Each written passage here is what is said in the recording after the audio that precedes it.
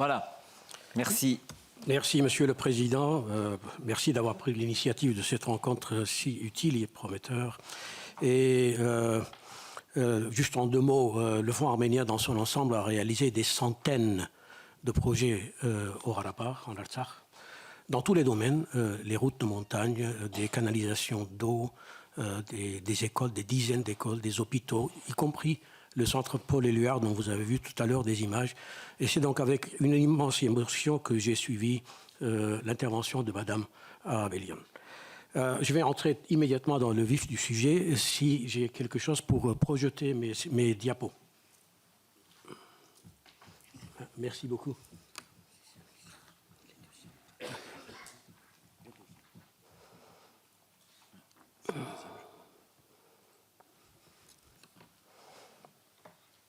OK. Ça ne marche pas. Ah. OK. 2 slides pour vous mettre immédiatement dans la configuration. Ça va être très rapide et je respecterai mes délais. Vous voyez ici l'action que nous menons dans la province du Davouch. Nous sommes dans le nord de l'Arménie, dans le nord-est de l'Arménie, où nous travaillons depuis 2009 en étroite collaboration avec le département des Hauts-de-Seine, son soutien constant. Et je remercie en particulier sa vice-présidente, Madame Godin, qui est ici dans cette salle. Très rapidement, quelques chiffres, mais vous allez sans doute avoir ces documents. Nous avons apporté de l'eau pour 850 hectares. Nous avons distribué des plants d'arbres, 134 000. 2,4 millions de plants de légumes, 6 fermettes coopératives, une grande ferme d'élevage avec une fromagerie à côté. Récemment, nous avons créé une école de l'agriculture dont les travaux pratiques se font à la ferme, suivant la méthode française de l'enseignement par alternance. Je passe très vite à la deuxième diapo. La province de Syunik, où nous travaillons depuis 3 années maintenant. Nous sommes déjà intervenus dans 95 des 130 villages de cette province. Nous faisons là de l'agriculture familiale plutôt, de proximité. C'est un travail d'orfèvre. Vous voyez quelques chiffres ici. Nous distribuons des serres, des plants d'arbres, de légumes, etc. Nous apportons de l'eau à des villages, déjà 10 villages. Nous donnons des semences qui donnent des résultats extraordinaires. Voilà.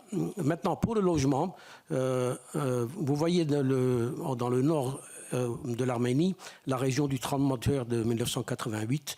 Dans cette région, nous avons construit des centaines et des centaines de maisons. Donc, nous avons acquis une certaine expérience dans ce domaine. Actuellement, nous travaillons dans 2 directions. Vous voyez en bas des projets de reconstruction de maisons abandonnées dans les villages et des projets de construction neuve. Il y a 3 sites sur lesquels nous construisons des maisons neuves et 5 sites où nous reconstruisons des maisons. Et ces sites appartiennent, comme par hasard, aux 2 provinces dont je vous ai parlé tout à l'heure, parce que ça demande un travail de proximité, trouver les maisons abandonnées, les familles, les retaper, les reloger. C'est vraiment un travail de proximité. Il faut une présence permanente sur le terrain. Ici, quelques images très rapides. 6 maisons neuves que nous avons terminées dans Nerkin Khentsores, c'est dans le nord de la province de Syunik. Et vous noterez que chaque maison a un lopin de terre. Je vous dirai tout à l'heure pourquoi. Ensuite, il y a 12 maisons sur le point d'être terminées à Lernagog. Nous sommes dans la province d'Armarvi, dans l'est de l'Arménie, avec une école maternelle. C'est très important. Tout à l'heure, je vous le dirai. Il est important d'adopter comme principe que lorsqu'on intervient dans un village pour loger des Rarapartsi, des Arsartsi, que l'ensemble du village y trouve un bénéfice. C'est très important.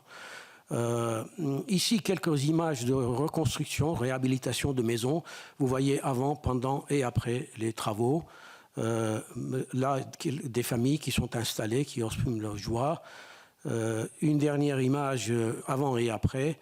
Et puis, quelques slides sur un volet très important de ce projet qui consiste à aider les familles à démarrer tout de suite une activité agricole. Donc, le logement va avec l'emploi. On leur donne des serres, des semences, des plants d'arbres, des outils agricoles, parfois mutualisés entre les familles. Ça leur permet de redémarrer une activité. Ça, c'est très important, non seulement économiquement, mais psychologiquement. Voilà. Pour terminer, 2 slides de réflexion et de synthèse. Bien entendu, les nouvelles maisons, les maisons neuves coûtent plus cher en moyenne que les réhabilitations, c'est normal. Il y a quelques avantages en matière de réhabilitation. La rapidité d'abord, la rapidité, en 4-5 mois, on arrive à réhabiliter une maison, loger une famille, c'est extraordinaire. Il y a une meilleure insertion dans le village de la famille. Les villageois sont contents parce que des maisons abandonnées reprennent vie, c'est très important aussi. Quelques inconvénients cependant, le stock est limité bien sûr, il faut trouver les maisons une à une, c'est un travail de fourmi, nous avons des équipes sur place. La qualité est inégale, parfois on peut réhabiliter, parfois on ne peut pas le faire. Et pour lever le risque juridique, il faut à tout prix faire de sorte que la famille, l'habitant, soit propriétaire de la maison, avec certaines conditions. Nous avons de l'expérience là-dessus en matière de reconstruction dans la zone du séisme, qu'on va passer les contrats avec les familles, etc. Alors, je l'ai dit tout à l'heure, et c'est très important, je le redis ici, il est important, souhaitable que l'ensemble du village profite de l'arrivée des réfugiés. Ça peut se faire sous des formes très différentes, aide à l'agriculture, des panneaux solaires, adduction d'eau, etc. Et comme nous avons commencé tout à fait récemment cette expérience, ça fait à peine 5 mois, nous attendons un premier retour d'expérience dans quelques mois. Pour terminer, quelques réflexions à partager. Il y a véritablement urgence. Les gens partent si on ne leur donne pas les conditions de vie décentes, des conditions de travail. Nous estimons qu'en matière rurale, il faut environ 9000 habitations pour les réfugiés de l'Artsakh, rural seulement, hein, pas urbain. C'est à peu près 450 millions d'euros. Nous estimons que près de 15 000 Artsakhiens sont déjà partis, ils ont choisi l'exil, malheureusement. Il y a des ONG qui travaillent, mais les ONG ont des moyens limités, nous le savons. Alors, les mécanismes d'aide extérieure existent, oui, on entend parler, mais ils sont trop lents et inadaptés aux situations d'urgence. Il faut des années pour négocier un projet. C'est trop lent, je le dis très franchement. Et nous manquons de visibilité sur l'ampleur de ces aides. Donc, nous travaillons avec les moyens de bord. Et je lance un appel et je termine avec ça. Aidez-nous, nous avons besoin de vous. Les réfugiés de l'Artsakh ont besoin de vous. Merci. Merci.